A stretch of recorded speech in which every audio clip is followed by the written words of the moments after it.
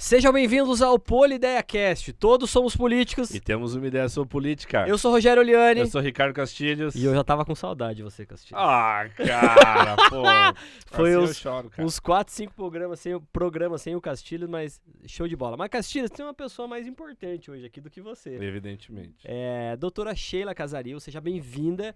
A doutora Sheila Casaril é especialista em direito eleitoral e a gente vai conseguir conversar hoje. Hoje eu vou fazer aquela via que eu consigo perguntar o máximo de coisa que as pessoas me perguntam sobre a questão, Aproveite, Rogério. as questões hoje é o eleitorais, porque hoje estaremos aqui para falar disso. Seja bem-vinda.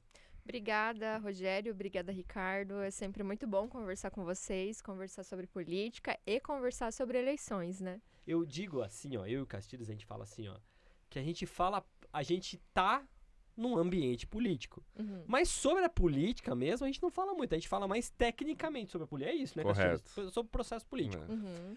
E eu queria perguntar pra você inicialmente, pra gente até poder te apresentar, primeiro, por que é que você decidiu, conta um pouco da tua história pra nós, e por que é que você decidiu ir pra essa área, porque não é uma área comum dentro do direito. Não tem na faculdade, né, doutora? Não Direito tinha. eleitoral. É. Agora tem? Agora tem, porque Ah. agora a OAB cobra, né, questões de direito eleitoral, então a matéria começou a ser trabalhada. Que legal. Que legal. Por isso que a gente disso. brinca agora, que tá na moda, né, ser eleitoralista. Entendi. Mas conta lá, como é que é a tua história, por que você decidiu fazer direito e depois ir pra parte eleitoral? Então, quando eu falo como eu decidi fazer direito, eu tenho que voltar para quando eu fiz enfermagem, né? Porque além de advogada, eu sou enfermeira. E na enfermagem, as matérias que eu mais gostava se relacionavam com saúde pública, política pública, né? E nesse momento, cursando enfermagem, eu criei um carinho muito grande pela política e pelo direito.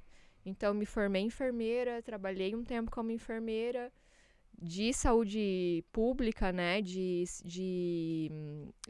saúde familiar, que é o que eu gostava, saúde coletiva era o que eu gostava de fazer. E aí, uns anos depois, isso eu me formei em 2008. Em 2013, eu comecei a cursar Direito. E dentro do Direito, eu acho que eu demorei um pouco para me encontrar, para dizer qual é a minha área. Antes da reforma trabalhista, eu adorava a área trabalhista. Eu brinco que eu me formei advogada trabalhista. Me interessava, me motivava. Depois da reforma trabalhista, eu não tive assim mais tanto interesse, não gostei tanto, né, da reforma como ela aconteceu. Até acho que deveria ser revogada, mas enfim, né, nem tudo é possível. E o direito eleitoral, para mim, foi natural, porque desde a adolescência eu sempre estive envolvida nos movimentos sociais, movimento estudantil, exatamente. Fiz parte de partidos políticos, então fui militante política, primeiro do PCdoB, depois do PT, né? Hoje eu não estou filiada a nenhum partido, e até por questões profissionais mesmo, né? Quando a gente atua profissionalmente dentro do direito eleitoral, é importante que a gente mantenha essa... Não vou dizer neutralidade, porque, né, a gente não tem como ser neutro. Eu acho que não existe neutralidade. Mas é uma casca neutra, né? Mas manter, assim, essa postura mais profissional, porque Perfeito. a gente precisa separar, né, o nosso trabalho técnico profissional do que a gente acredita, do que a gente pensa e do que a gente defende, né? São coisas diferentes. Eu tenho uma opinião sobre essa... Eu já fui filiado novo, Uhum. tá? Acho que pouca gente sabe disso. Eu não sabia. Então, mas eu já fui filiado novo, já dei treinamento pro pessoal lá, de como é que seria o processo seletivo do novo e tal, enfim. Também estou desfiliado, não estou filiado a partido nenhum. Mas eu acho interessante esse ponto que a doutora trouxe, porque é o seguinte, dificilmente um advogado eleitoralista será um bom advogado eleitoralista se ele não conhecer de política. Exatamente. sim. E política Sim, com envolve partido, cara. Você precisa conhecer como o partido funciona, Sim. como os dirigentes partidários pensam, como as linhas ideológicas pensam, até porque muitas vezes, apesar de você estar com uma linha de defesa técnica do direito eleitoral, etc, etc, mas você sempre tem que entender o seu cliente, qual que é a linha de pensamento dele. Então, Isso. assim, Você tá defendendo ele. o advogado, até para quem tá aí se formando em direito, né, e quer E assumir quer atuar nessa esse área. direito eleitoral, cara, participe de um partido político. Nem que você entre, né, entenda como é que é o processo, a parte, né, acompanhar aí uma convenção de um partido e tal, para você ver como é que funciona o métier, né? E aí depois você segue tua linha e tal, muda de partido, enfim, sei lá, mas é importante ter essa vivência porque é realmente ele sentir na essência do que é o processo eleitoral. Aliás, o processo eleitoral ele é algo maravilhoso, né? Interessantíssimo. Nossa, interessantíssimo, Uhum. maravilhoso como ele é feito, as datas, porque a partir do momento que você coloca a cabeça, né, doutora, você começa a entender o porquê das coisas. Sim. Eu sou apaixonada por política. Eu gosto de política. Política é uma coisa que me move, que sempre me moveu. Sempre me moveu, assim, do ponto de vista, às vezes até lá da adolescência, da infância, sabe? De ter um ideal, de querer um mundo melhor, de querer um mundo mais justo, de querer que as pessoas tenham acesso às coisas mínimas, né, básicas, como educação, como saúde, como moradia, como alimentação. E eu acredito que a política é que pode fazer com que essas coisas aconteçam, sabe? Então, ter participado do movimento estudantil, ter participado da juventude de partido, ter estado, né, militando dentro de um partido, me traz conhecimento, experiência e me faz, por exemplo, quando eu vou conversar com um cliente, né, um pré-candidato a prefeito, um pré-candidato a vereador, vereadora, que seja de Cascavel, que seja da região, de uma cidade menor, que seja de um partido que eu tenho mais proximidade, mais conhecimento, que seja de um partido diferente, essa experiência faz com que a gente consiga criar conexão e compreender não só de lei, porque no eleitoral a gente não vai falar só de lei, ainda mais que a gente sabe, né, que no eleitoral não existe monotonia, né? A gente acorda uma coisa, vai dormir outra. Exatamente. Porque as coisas mudam, as decisões mudam, cada eleição tem resolução nova, então eu gosto bastante disso. E acho, assim, fundamental que a gente tenha essa visão política, que a gente compreenda a política para não dar uma orientação errada. Para você poder falar, olha, juridicamente a indicação é essa, mas veja, politicamente é possível construir um plano B. Sim. Politicamente, sim, né? Com certeza. Claro. E aí, claro, né, que muita gente que não tem esse contato, não tem esse espaço dentro dos partidos políticos, não sabe como funciona a organização partidária, tem uma atuação um pouco mais travada. Não vou dizer que é impossível. Claro, né, pode ser que tenham eleitoralistas que não se envolvem com política, mas eu acho isso muito difícil. Porque política é importante, política é fundamental e política é o que a gente faz, né? É o que Exatamente, move a democracia, né? Porque, assim, ó, quando você é um advogado, eu tava pensando nisso hoje, né? Você tem uma relação bastante íntima com o seu cliente. Claro. Porque você Sim. sabe de detalhes, Totalmente. Sim. que a maioria das pessoas não sabe, por isso compreende o sigilo. Você sabe o que significa a palavra advogado? Não. O que significa a A palavra palavra advogado? advogado, advocatus, significa falar pelo outro. Ah, então. Como é que eu vou falar por você Se não soubesse, se não tivesse essa se relação. não tiver essa relação? E aí como nós somos, o ser humano, ele é um ser desejante, pensante, Uhum. naturalmente, quando você me conta dos teus problemas, além de eu tentar, tô me colocando tô me fazendo, talvez a coisa mais grave, que é me colocar na viés do advogado aqui e falar o seguinte: além de eu querer resolver o seu problema como advogado, eu tento articular. E na política, a articulação ela é muito forte. Muito forte, muito importante. Mas me diz uma coisa.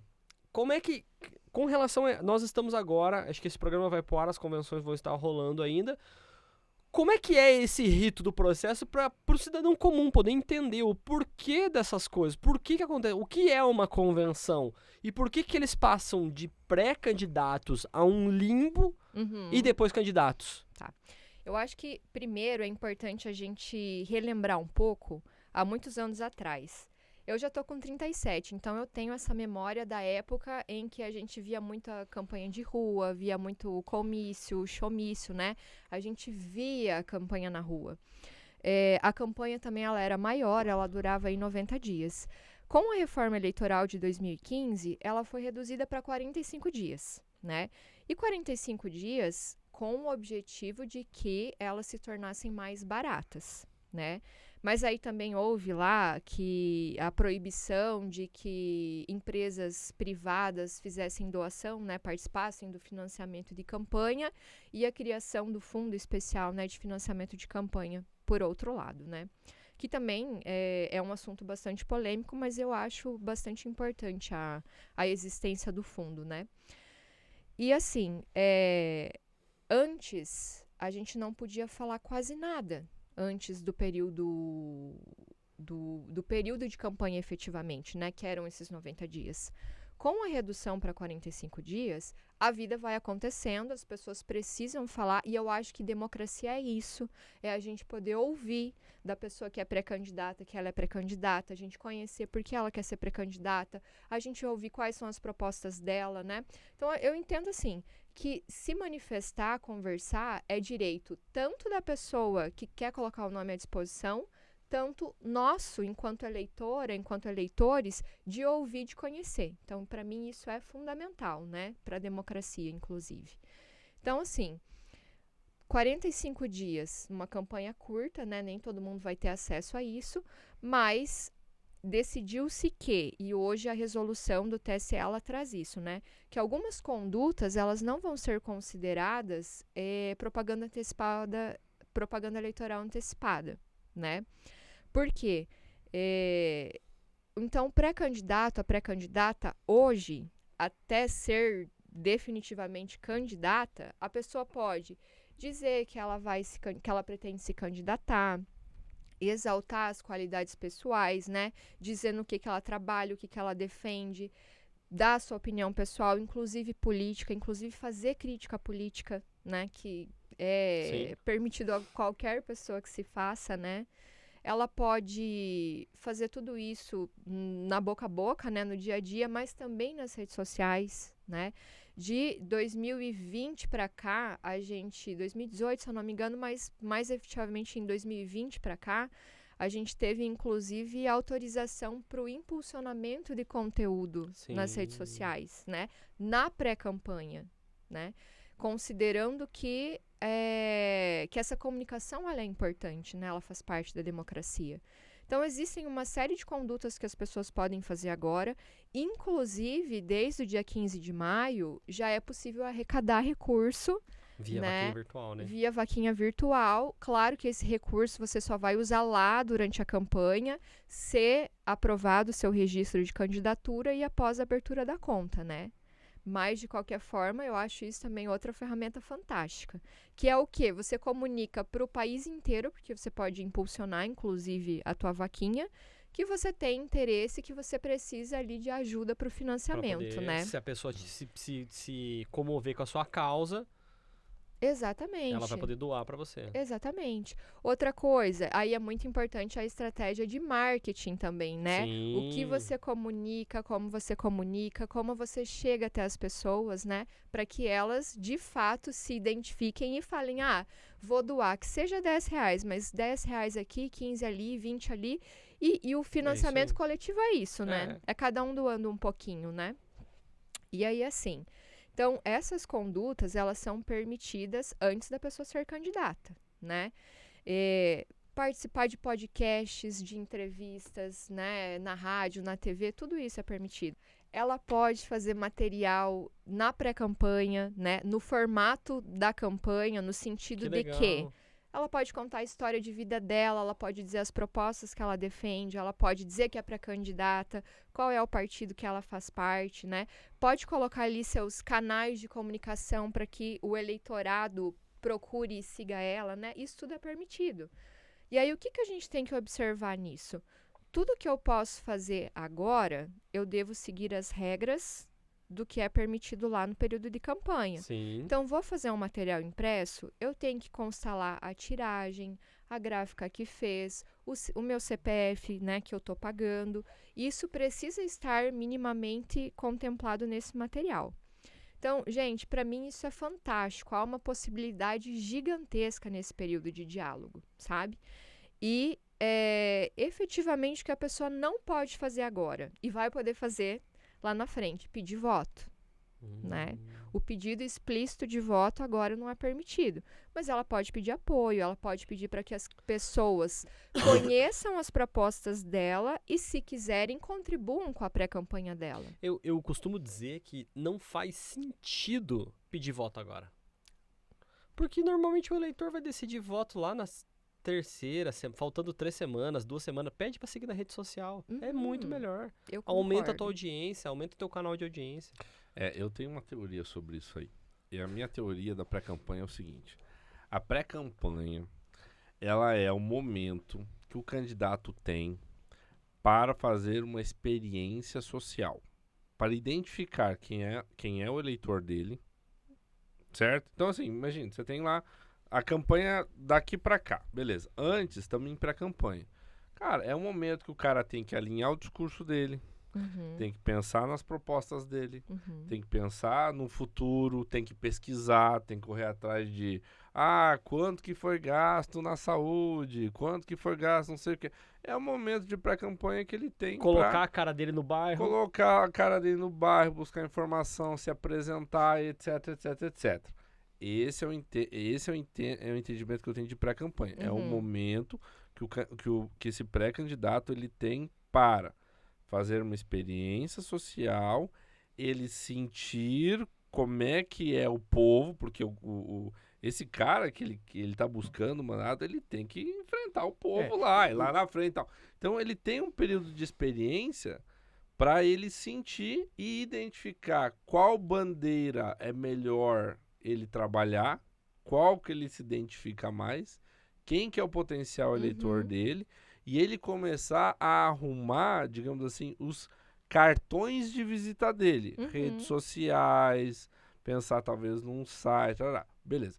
Aí passou a pré-campanha, ele já coletou essas informações. Opa, eu já sei quem é meu eleitor, onde é que meu eleitor tá, o que ele faz, enfim, legal. Agora, em campanha, eu vou aplicar o que eu aprendi na pré-campanha. Exatamente. E assim, eu ouço muita gente falando, mas não pode fazer nada na pré-campanha, não pode pedir voto, não pode fazer... Gente, eu acho que pode fazer tanta coisa na pré-campanha, mas tanta coisa, o que eu acho que falta? E aí não é culpa da pessoa, claro, né? Eu acho que falta, primeiro, uma assessoria jurídica e de marketing político especializada, que vai dar segurança e não medo. Porque eu acho que todo mundo já conheceu aquele advogado, aquela advogada que fala não pra tudo.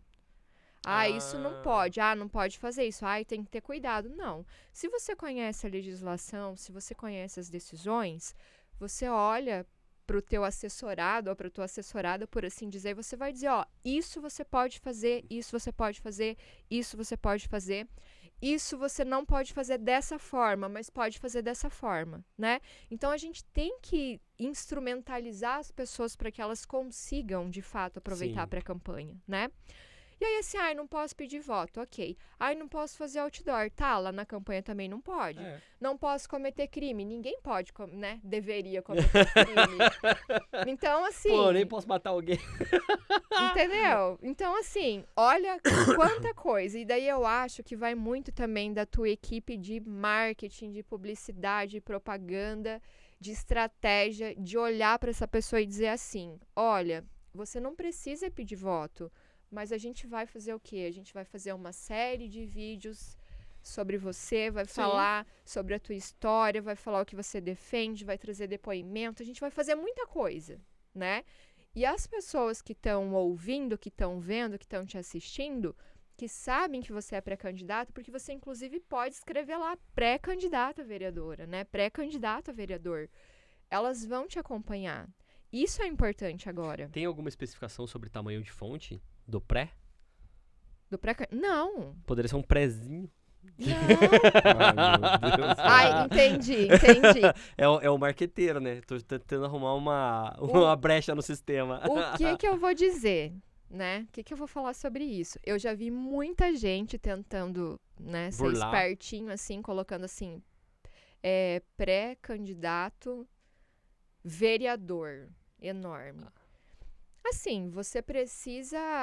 Se Tem que você ter uma vai. coerência, Se né? você vai divulgar que você é pré-candidato, vale a pena você colocar pré-candidato certinho. Sim. Outra coisa, identidade visual de campanha. Você não precisa mudar pra campanha.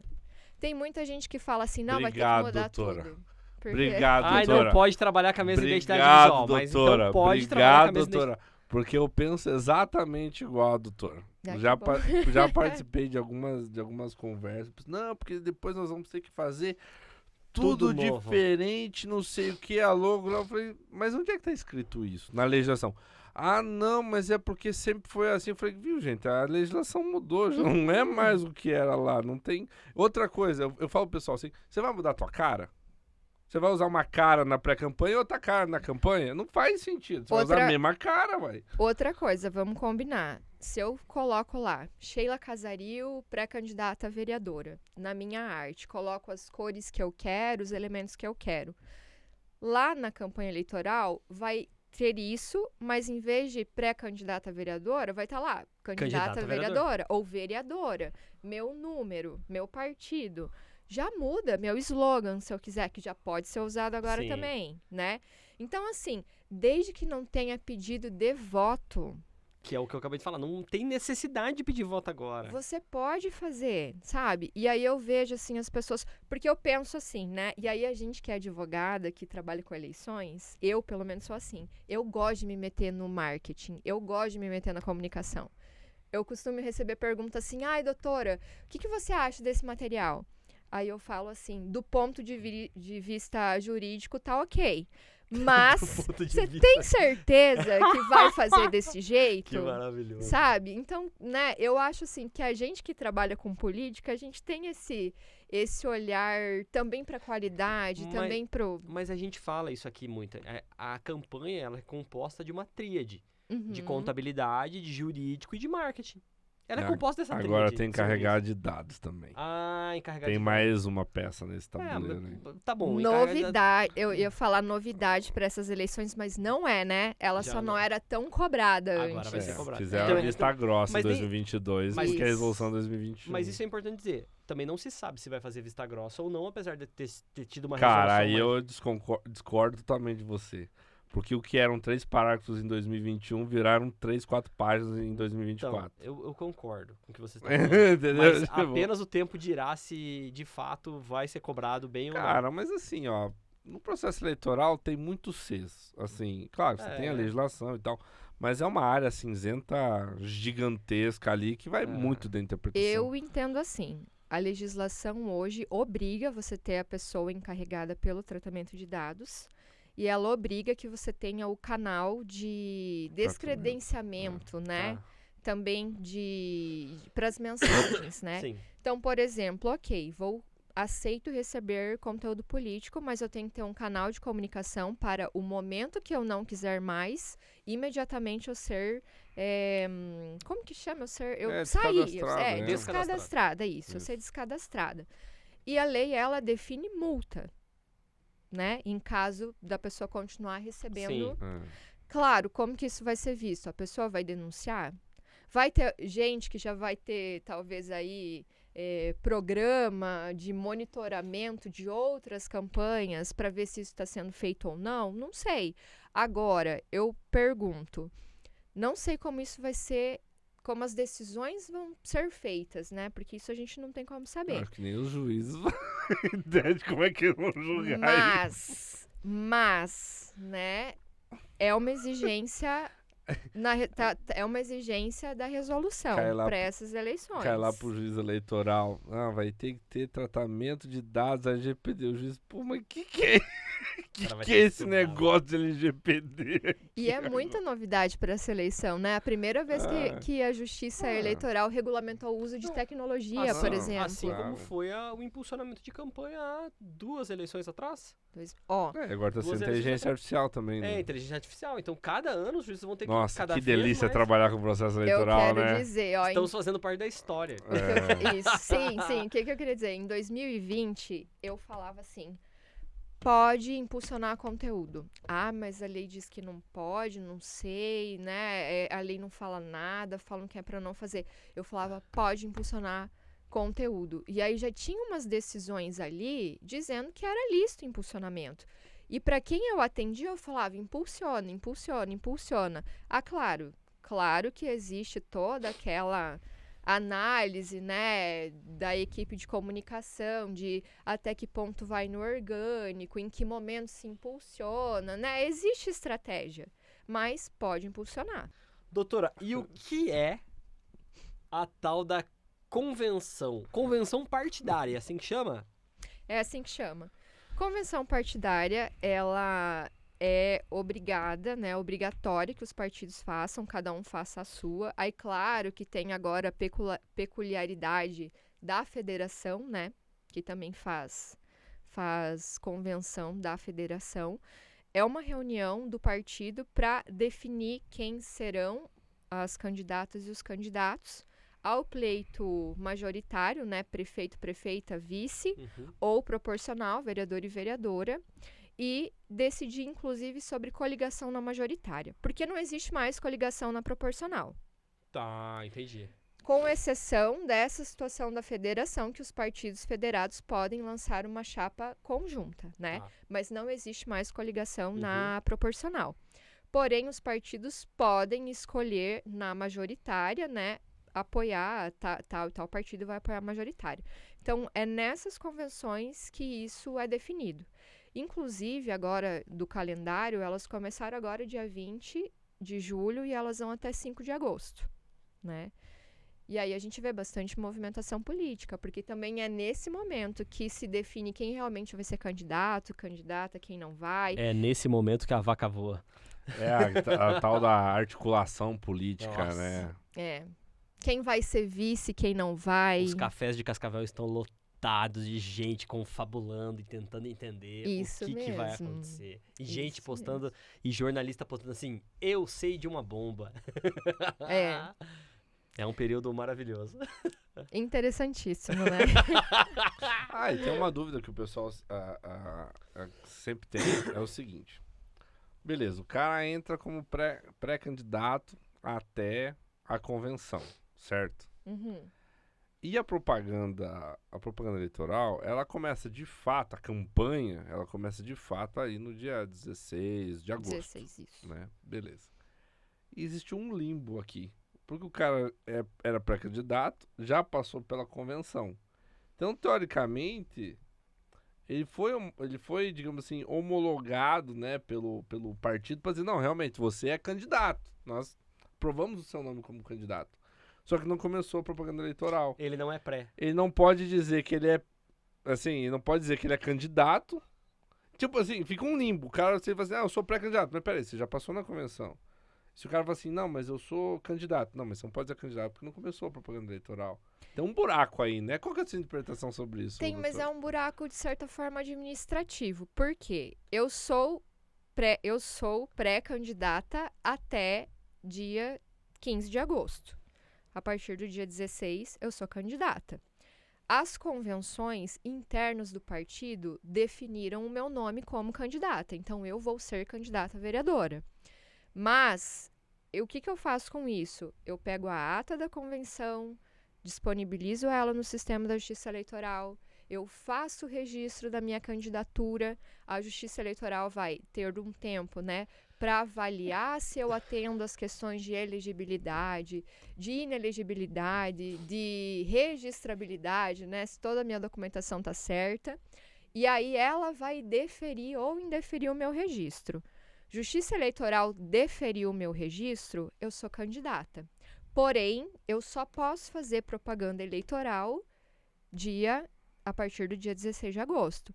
Então, o que eu recomendo e o que eu acho que é o mais correto? É continuar usando o termo pré-candidata. Sou pré-candidata escolhida para ser a candidata nessas eleições. Até ok. porque não vai ter nenhum risco. Daí, Prejuízo, se exato. fizer isso, né? E também, eu também, na parte do marketing, eu digo que é o momento de você se preparar, de fazer atualização das suas redes sociais, fazer verificação de identidade. Você já pode Isso. começar a estruturar a tua página, Instagram, Business Manager, para poder colocar no Meta-Ads para quem trabalha com anúncio, para quem vai trabalhar com anúncio. O CNPJ só sai após o registro Candex, né?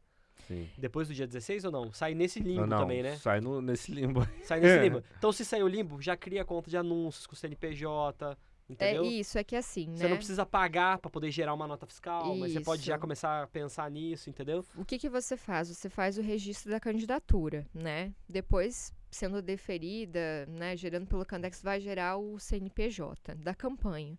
Gerou o CNPJ, você tem um prazo daí para fazer a abertura das contas bancárias.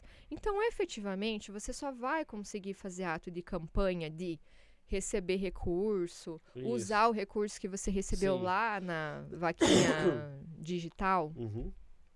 gastar recurso depois do dia 16, se você tiver a conta, né? Uhum. Então, esse período, ele é importante para que se cuide dessa burocracia também, Sim, né? sim, com certeza. Porque existe a obrigatoriedade de prestar contas, mesmo que não haja movimentação financeira, né?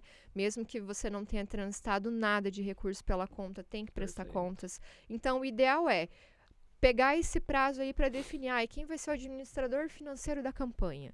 Porque o candidato a candidata tem que pedir voto, tem que estar na isso aí, rua, é tem que isso aí. conversar com as pessoas, né? Quem vai ser o administrador financeiro? Quem vai ser o contador, a E contadora? também é um período de 11 dias, né? Que vamos falar bem a verdade, depois vai ter 45 dias de campanha. Aproveita pra estruturar, pra planejar, pra fazer o que precisa fazer, porque depois você só vai pedir voto. Então tem foto de campanha que dá pra aproveitar pra fazer nesse período, porque depois na campanha não dá tempo de fazer. E é isso que eu penso, sabe? Grava conteúdo de institucional, de vai na rua, vai gravar, vai gravar, pra depois ir postando durante a Soltar, campanha. isso, exatamente. Aproveita os 11 dias. Exatamente, já já planeja, né, a tua arte gráfica, claro que você só vai Sim. poder contratar lá depois com CNPJ e conta, Isso. mas já dá para planejar tudo isso, né? Porque a partir do momento que a justiça autoriza que você fale que você é pré-candidato, fale todas aquelas coisas que a gente conversou e que você, inclusive, faça isso em rede social e impulsione conteúdo, ela está autorizando, de certa forma, então, que você possa ter um gasto razoável, né? Claro que Sim. nada de exorbitante, porque tem também a questão aí do abuso de poder econômico. Mas ela autoriza que você faça aí pequenos gastos, né? Então, você pode contratar uma equipe de marketing, por exemplo, para criar a tua marca, para ir organizando o roteiro, né, da sua campanha, para já fazer algumas coisas agora. Isso é possível, É sabe? isso aí. Então, Acho acho que é que- importante. Acho que esse período aí. Depois a gente entra na campanha. Eu queria fazer um convite, Castilho, se você me permite. Queria muito convidar a doutora Sheila pra, talvez no primeiro dia ali, a gente soltar falando especificamente da campanha. Um Acho programa bem com ela válido. especificamente da campanha, porque aí nós já teremos os candidatos majoritários e tudo Uhum. mais.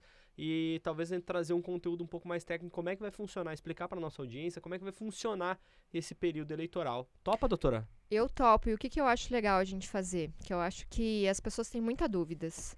Eu acho que a gente poderia, nesse momento que a gente vai falar do que pode e do que não pode fazer lá na campanha eleitoral, da gente falar também do quociente eleitoral, de como que funciona a entrada desses futuros candidatos na Câmara, por exemplo, sabe? Eu acho que isso seria bem interessante, né? Legal, a show gente de bola. podia até usar aqui. Se usar a tela pra colocar. Acho que vai ser um Isso. papo bem técnico, mas acho esclarecedor a gente É. fazer isso. O que eu penso? Que eu, por exemplo, Gente, eu não sei quase fazer cálculo, assim, a minha mente, ela não funciona direito para matemática. Eu tenho meu marido, que é o Thales, meu marido, e que eu brinco que ele junta as duas coisas, né? Ele tem a parte de humanas, ele é formado em relações internacionais, e ele tem a parte de exatas, porque ele cursa, parou um pouquinho depois que o nosso filho nasceu, né? Mas cursa sistemas de informação, enfim, engenharia de software, né? E ele consegue juntar as duas coisas. Então, quem me ajuda a fazer esse tipo de cálculo é ele. E eu sempre falo assim, me ajude a deixar o mais didático possível. Ah, Tá? que legal. Então, o que eu acho? Apesar de ser uma fala técnica, eu acho que a gente tem tempo para se organizar e deixar tudo muito desenhado. Para que quem ouça compreenda sem precisar ficar pensando, Sim. sabe? Que legal. Né? Sem pensar muito, entende? Então, acho que a gente pode fazer uma coisa bem legal para explicar como que funciona a ocupação das cadeiras no legislativo, né? Pelos vereadores. E aí já falar também do que pode e do que não pode aí na campanha, bem tranquilo. Show de bola. Doutora, obrigado pelo teu tempo. Acho que foi um papo esclarecedor, maravilhoso mesmo. E obrigado mesmo pelo teu tempo. Obrigada, eu agradeço o convite, foi muito bom falar com vocês e estou à disposição para a gente falar mais coisas, porque no eleitoral sempre falta, né? A gente não falou nem de registro de chapa, nem de cota de gênero, nem de fraude à cota de gênero. Tem muita coisa pra gente falar. Nossa, tem bastante coisa pra gente falar. Inclusive, a gente vai ter que gravar programas trimestrais. Mas eu acho bem importante. A doutora fez eu já elogiei de novo e volto a elogiar. Fez um excelente artigo sobre essa questão de fraude à cota de gênero, né? A questão das candidaturas laranja. Então, eu só pedi pra doutora aí falar naquela câmera ali, rapidinho, explicar um pouquinho pro pessoal o que os pré-candidatos hoje, que vão ser candidatos, têm que se preocupar para não acabar entrando numa questão dessa de candidatura laranja ou algo assim. Ok. Falar pra câmera? Aquela do lado pode falar direto com os candidatos aí, doutor. Gente, que todo mundo já sabe, né? Que é obrigatória a cota de gênero, né? No mínimo 30 para um gênero, no máximo 70 para outro. Não significa, claro, que é no mínimo 30 de mulheres e no máximo 70 de homens, não. Né? Pode ser, inclusive, invertido. Mas a gente sabe que, na prática, o que acontece é 30% para as candidaturas de mulheres, né? Para as candidaturas femininas. O partido que não cumprir essa cota, ele fica impedido de disputar a eleição. O próprio registro da candidatura da chapa ele vai ser indeferido se não tiver esses 30% mínimos, né, do determinado gênero. Outra coisa, e é uma inovação, né, a gente tem a súmula 73 do Tribunal Superior Eleitoral, que definiu agora alguns critérios objetivos para determinar a fraude à cota de gênero, que seria o quê? Votação zerada ou inexpressiva, ausência de atos de campanha, prestação de contas zerada ou padronizada, né? Aquela que é igual a de todas as outras candidatas ou candidatos. Considerou-se isso como critério objetivo para decretar e reconhecer a fraude, né? Em reconhecendo fraude à cota de gênero, se caça a chapa toda. E, eventualmente, quem for eleito vai ser cassado, né? Então, acho que isso são detalhes que são muito importantes de ser observado.